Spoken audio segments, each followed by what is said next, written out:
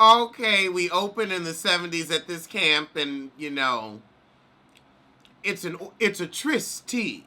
You can't say anything too offensive in the first 30 seconds, 45 seconds of the video. So it's a tryst tea. One of the members of the tryst hears some keys jingling in the cabin. This girl don't look like she really want to join in the fun, if you know what I mean. Oh, God.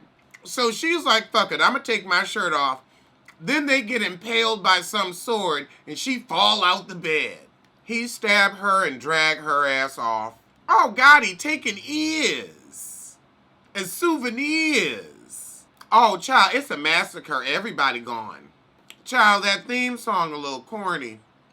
They really committing to this 80s shit. So Emma Roberts is new in town, and Montana is a nut. So they all like actors afraid of a serial killer going on a rampage, so they gonna run to this camp. Be counselors. Because, they ain't got no real roles. So everybody going to this camp but Emma Roberts, because she's taking classes at Santa Monica College. But crazy Montana write her number on her arm and says, if you change your mind. So she go home, look at her little jewelry box, looks like an engagement ring in there. But later that night, we hear somebody creeping while she's sleeping. Oh, she getting robbed. He takes the engagement ring. She hit him with the frying pan and now she kill him. Oh no, he gets up. So she get him twice with the frying pan, but then he gets up and he says, Satan's gonna help me find your ass. I'ma get you. I'ma get you. And he run off. So I guess that's why she decided to go on up. Gus Kenworthy mad that he pissed hot. We doing blow, not saying no. Xavier call his machine and check his messages, and it sounds like he's got an obsessed gay lover.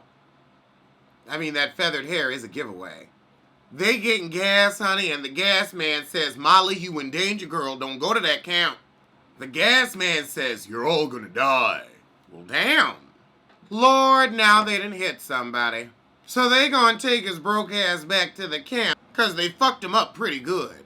So he pass out, and they continue on their journey. So they get to the camp, and the owner, Margaret Booth, who's giving me a Sally Jesse Raphael tea, gives them a warm greeting, but lets them know, like, we the only people here. And now we got Nurse Candy treating that injured man.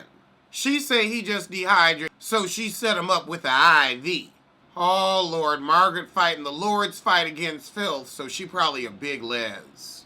So she says no fucking. Child, they gonna be fucking. Okay, around the campfire, Candy gonna give us the history of the camp. I'm so mad I gotta have this big-ass light on me. Like, I wanna, watch it and have the mood, too. But then you couldn't see shit. Oh, she said, look, we all got hired when we walked in. Everybody that knows the history doesn't want anything to do with the camp. And we've got our killer, Richter something, a.k.a. Mr. Jangles.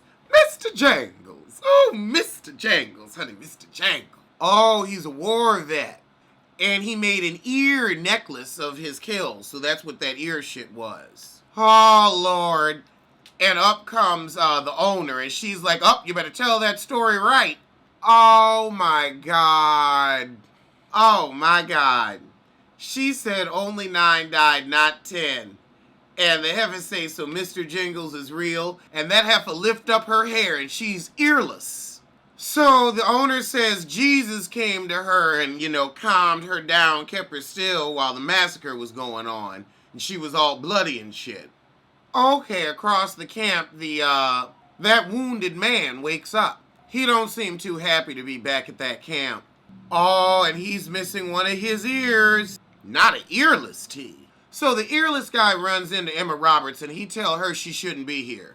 So he don't even know where he is, but once he find out he at Redwood, he's like, y'all gotta get the fuck out of here. Some shit is about to pop off. Oh, Lord, here comes Matthew Morrison. Child, I think this is Cody Fern's lover. Okay, so his thing is he has a giant penis. Child, who is out watching they ass from the bushes? So him and Montana are gonna go skinny dipping. But they see somebody in a truck peeping at them. The storm starts up, so they get out of the water. Oh, Lord, we got mental patients getting loose. Some heifer pulling up to an asylum, and it's pandalirium. So Mr. Jangles has broken out and let all the other mental patients out too to keep them busy. Richter made it look like he committed suicide to get the guard to go in the room alone. Oh, he need to hear that jingle and that jangle, honey. He got them keys and was like, ooh, yes, right next to the ear. So the doctor goes and finds he had a newspaper clipping about that camp in his boudoir, and so she knows where he's headed. Okay, at the gas station, we got that attendant who was warning them. Uh-oh, I hear a jingle and a jangle. You better get out from under that car. Don't be saying hello. Yup, he dropped the car on him.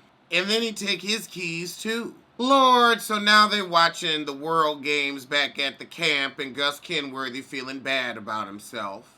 So Mr. Jangles pulls up to the camp while Ray is looking for a Band-Aid. So Emma Roberts come out to help him, tell him keep the pressure on it and I'ma look for some Band-Aids and iodine with you. So as Emma Roberts is poking around, we hear a jingle and a jangle, and we see that wounded man is now the murdered man hanging up on the door. So Emma running. She running from the jingle and the jangle.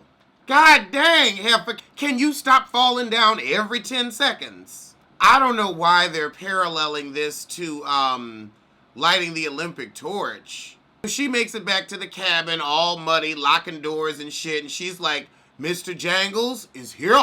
But of course, in true horror story fashion, they go back to the medical cabin and don't see any evidence of a murder.